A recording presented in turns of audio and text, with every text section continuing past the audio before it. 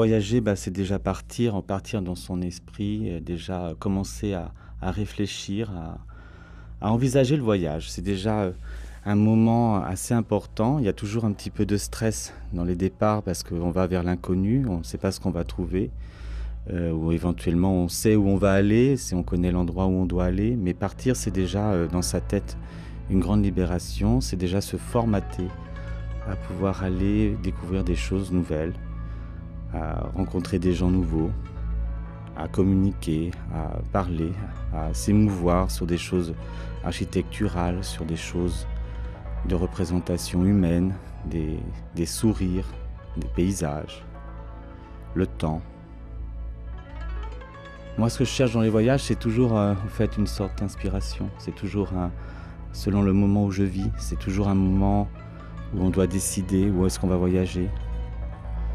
La Roumanie, c'est un peu ça. On ne sait pas où on va, mais on la découvre et on est souvent dans des situations un petit peu bizarres. On est souvent dans des situations un petit peu imprévues.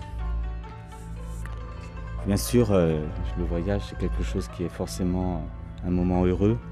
C'est un moment où on va commencer à se mettre en configuration avec soi-même, à se retrouver, à essayer de voir comment les choses qu'on va rencontrer, les nouvelles rencontres vont pouvoir nous amener, qu'est-ce que ça va nous apporter. Et puis, voyager, c'est surtout, bien sûr, tout d'un coup, appartenir à un autre environnement, à savoir si cet environnement nous appartient, à essayer de le dominer, à essayer de se faire dominer par ce petit moment.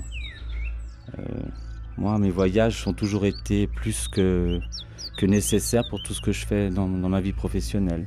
Ce sont les inspirations, ce sont les choses que je vais digérer et après retransmettre dans mon travail. Les couleurs, les odeurs, les matières. La Roumanie, c'est ça. C'est beaucoup de couleurs, beaucoup d'odeurs. C'est aussi beaucoup de rencontres et de sourires qui sont partagés avec des gens qui ne vous connaissent pas, mais qui tout d'un coup vous accueillent.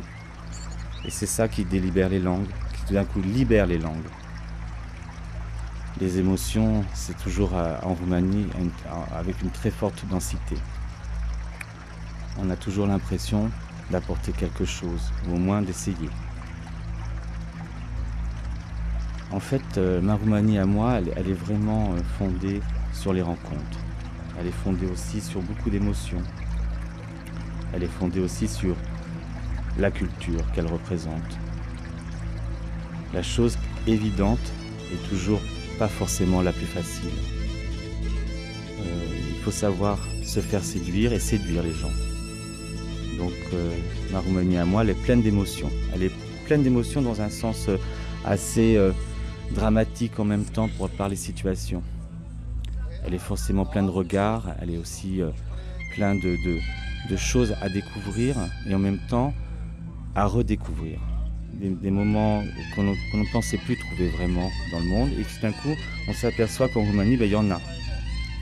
C'est ça la Roumanie en fait pour moi, c'est redécouvrir des choses qui sont malheureusement passées dans un secteur oubliette et qui tout d'un coup ressurgissent dans la vie réelle. Les gestes, les métiers, le travail des mains, le caractère, la facilité à partager, à faire découvrir.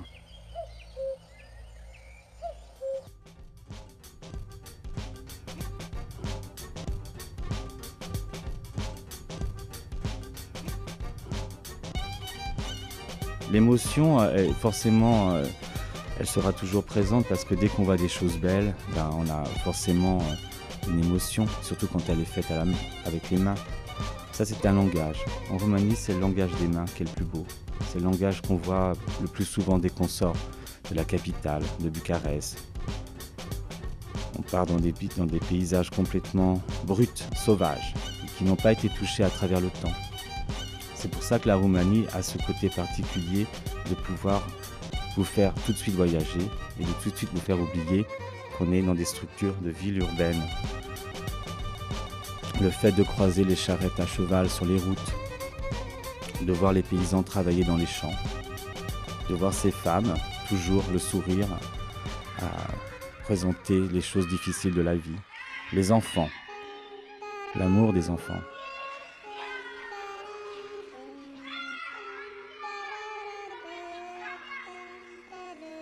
Le fait de découvrir tout d'un coup que dans un village, au coin d'une rue, dans une maison, une femme est là et passe des heures à faire des dentelles. Ou alors à entendre le bruit du marteau sur le bois, et c'est une tuile qu'on fait pour un toit. Les couleurs du Maramuresh, les tapis du Maramuresh, la laine qu'on tisse l'hiver, qu'on file l'hiver, et qu'on tisse après pour en faire des tapis, pour en faire des tissus.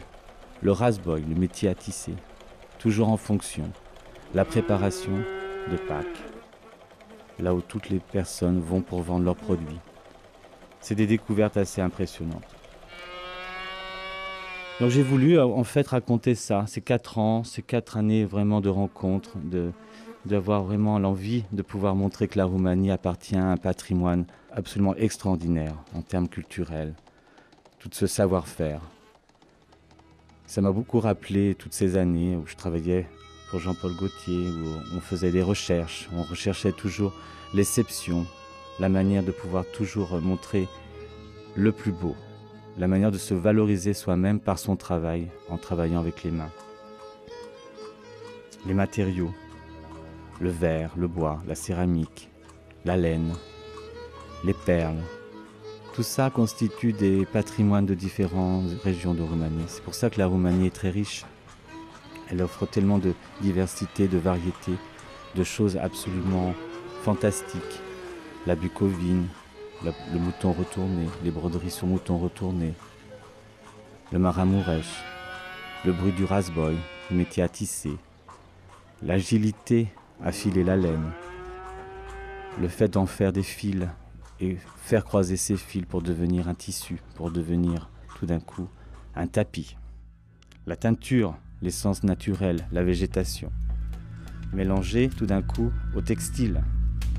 Et là tout devient complètement explosion de couleurs. La gaieté, la joie de vivre avec les difficultés. Tout est assez compliqué, mais tout se résout finalement assez rapidement. Mais il faut savoir absolument parler aux gens, leur faire comprendre que ce qu'ils ont dans les mains, c'est de l'or. Et actuellement, l'or est quelque chose d'assez exceptionnel, surtout quand on a des mains en or.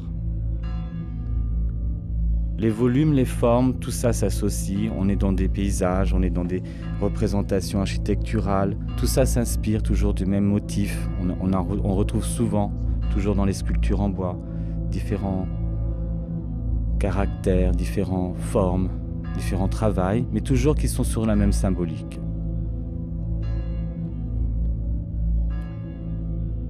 C'est pour ça que dans cette Roumanie à laquelle je suis attaché, j'ai voulu absolument montrer la manière de pouvoir présenter la Roumanie dans un secteur qui ne l'a jamais été, la haute couture. Parce que le travail de la haute couture fait partie de ce que font les Roumains, les artisans roumains en Roumanie. Essayer, réessayer, corriger, recorriger, exécuter, la perfection, arriver à la perfection, essayer tout au moins.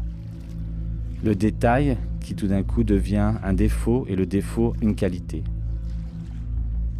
Le fait de pouvoir tout d'un coup rencontrer des domaines qu'on ne connaît pas ou qu'on ne connaît plus. C'est pour ça redécouvrir, c'est toujours intéressant. C'est toujours motivant et on a envie d'aller toujours plus loin et toujours d'aller de l'avant.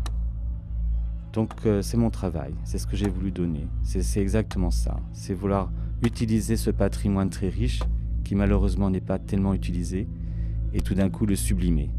Lui donner la chance d'exister, de réexister et de se montrer et d'être apprécié.